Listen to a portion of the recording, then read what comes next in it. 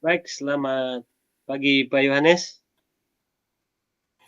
Selamat pagi, Pak Manto. Apa kabar hari ini? Kabar saya baik, Pak Manto. Bagaimana dengan kabar Pak Manto hari ini? Baik Pak, terima kasih. Baik Pak, sesuai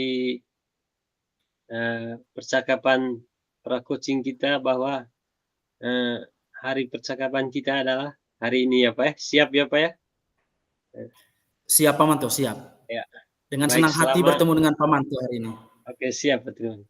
Baik Pak, di sesi coaching ini saya berharap Bapak bisa mendengarkan secara rileks tanpa ada tantangan yang menghambat hati Bapak. Kiranya Bapak tetap senyum, semangat untuk menjawab apa yang menjadi coaching kita hari ini. Oke, baik Pak. Mungkin Bapak bisa ceritakan pengalaman Bapak selama ada di SMP Negeri 4 Reo. Misalnya ada pengalaman baik maupun pengalaman buruk Pak. Mungkin bisa diceritakan kepada saya. Terima kasih.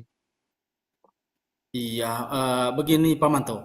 Eh, saya ini kan guru bahasa Inggris toh, Pak. Lalu ada seorang siswa saya yang namanya Aldi begitu.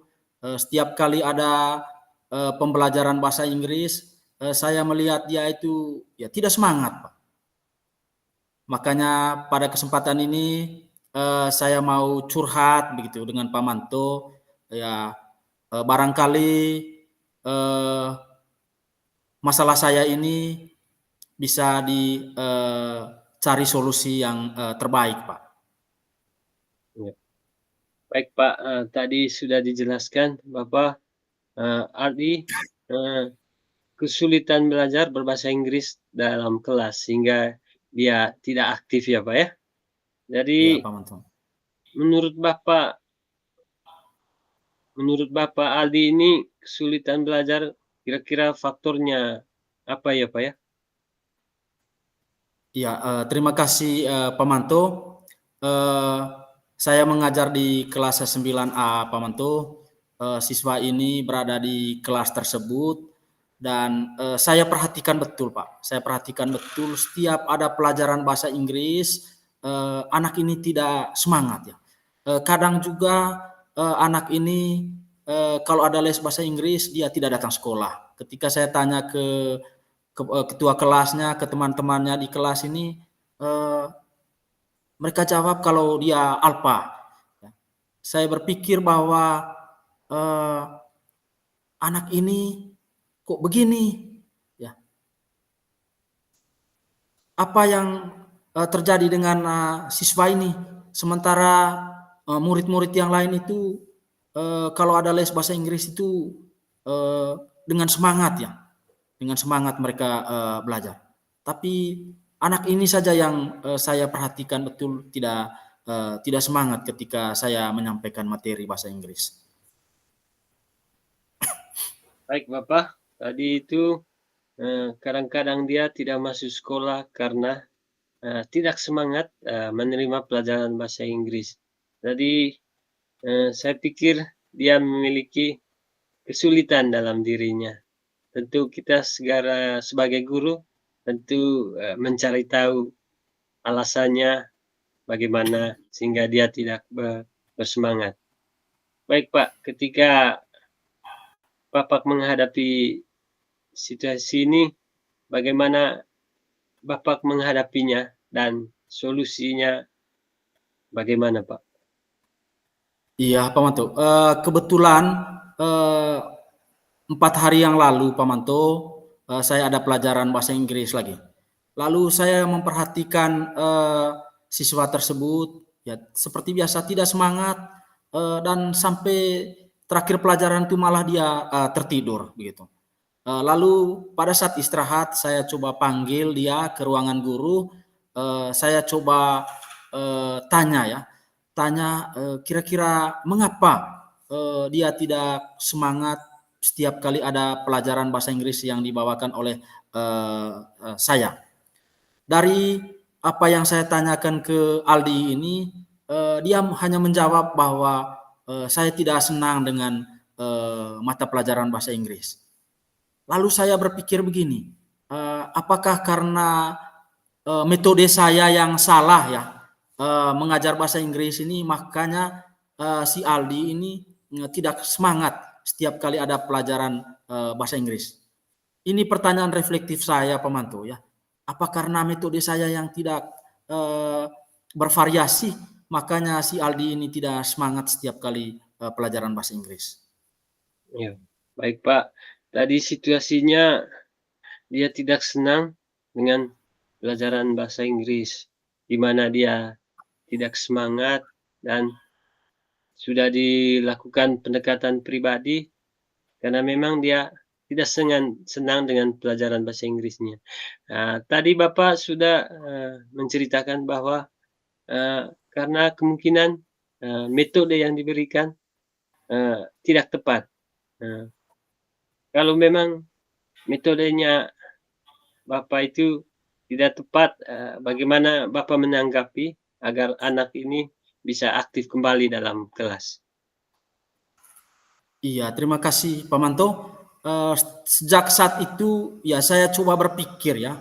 Saya coba berpikir saya harus berubah ya, merubah metode pembelajaran saya di kelas. Ya, sejak saat itu saya berpikir untuk melakukan proses pembelajaran berdiferensiasi ya. Sehingga dengan pembelajaran ini nanti apa yang menjadi kebutuhan dari setiap peserta didik di kelas saya itu bisa terjawab, termasuk bisa menjawab untuk kebutuhan belajar dari siswa saya yang bernama Aldi ini. Iya. Jadi tadi Bapak sudah menjelaskan bahwa saya mencoba merubah metode, yaitu metode berdiferensiasi. Jadi berarti metode ini ya Bapak, metode yang cocok untuk latar belakang dari si Aldi ini ya Pak ya? Iya Pak, Ya. saya mau mencoba dengan metode pembelajaran berdiferensiasi ini karena saya melihat bahwa metode ini bisa menjawab semua kebutuhan guru yang ada di kelas saya. Karena terus terang saja Pak, selama ini metode yang saya gunakan itu uh, hanya metode ceramah ya, metode ceramah sehingga saya berpikir bahwa uh, metode ceramah ini tidak menjawab semua kebutuhan belajar siswa di kelas saya termasuk si Aldi ini. Baik Bapak, sebelumnya Bapak menggunakan metode ceramah, sehingga Bapak mencoba menggunakan metode berdiferensiasi. Menurut Bapak, apakah metode berdiferensiasi ini berjalan dengan baik dan bisa memecahkan masalah yang Bapak hadapi, atau ada alternatif lain yang bisa memecahkan masalah tersebut? Ya, untuk sementara Pak, saya berinisiatif ya. Kebetulan saya juga telah menonton banyak video di YouTube, ya membaca referensi-referensi lain di internet berkaitan dengan pembelajaran berdiferensiasi ini, Pak. Ya bisa menjawab semua kebutuhan siswa-siswi di kelas. Sehingga untuk sementara saya tidak mencari alternatif lain, tetapi saya ingin mempraktikkan proses pembelajaran berdiferensiasi ini di kelas saya. Oh, iya. Baik Pak, terima kasih atas jawabannya. Luar biasa Bapak ini sudah bisa menjawab tantangan yang dihadapi oleh Aldi. Yang mau saya tanyakan kembali ya Bapak, bagaimana aksi Bapak ke depannya sehingga masalah ini tidak dapat ditularkan kepada anak-anak yang lain, sehingga pembelajaran di kelas itu berjalan dengan baik? Ya, saya tentunya sebagai guru harus mempersiapkan diri dengan baik, Pak ya. persiapan-persiapan saya ini tentunya nanti saya buktikan pada saat proses pembelajaran di kelas ya. Persiapan-persiapan saya itu adalah seperti saya menyiapkan materi yang bervariasi, tentunya harus memenuhi kebutuhan seluruh belajar peserta didik. Saya juga akan menyiapkan media-media pembelajaran yang menarik seperti video, lalu gambar, lalu teks ya Pak. Sehingga dengan menyiapkan berbagai macam materi yang berbeda, saya yakin bisa menjawab kebutuhan belajar peserta didik saya di kelas yang selama ini saya alami bahwa ada satu siswa itu yang tidak terpenuhi kebutuhan belajarnya. Baik Pak, apa yang ingin Bapak sampaikan karena sesi kita sudah selesai? Kira-kira apa yang ingin Bapak sampaikan dalam coaching ini? Mungkin Bapak bisa ceritakan hal yang baik dalam sesi coaching ini.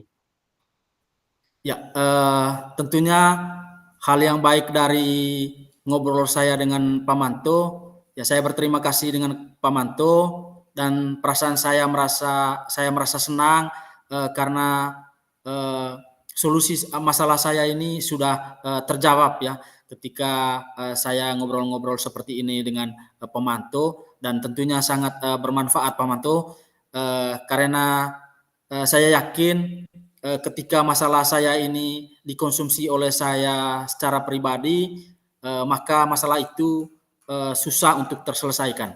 Sehingga saya sangat berterima kasih untuk perbincangan sore hari ini dengan Pak Manto yang sudah memberikan masukan-masukan positif, konstruktif buat saya, sehingga saya bisa keluar dari masalah ini. Terima kasih banyak Pak Manto. Baik Pak, terima kasih banyak juga sama-sama. Dari Bapak, terima kasih. Bapak sudah meluangkan waktu untuk melakukan coaching. Dan semoga Bapak tetap sehat selalu dan semangat menjalankan tugas. Dan sampai jumpa minggu depan, Pak. Terima kasih. Iya, terima kasih banyak. siang. Ya. Selamat siang.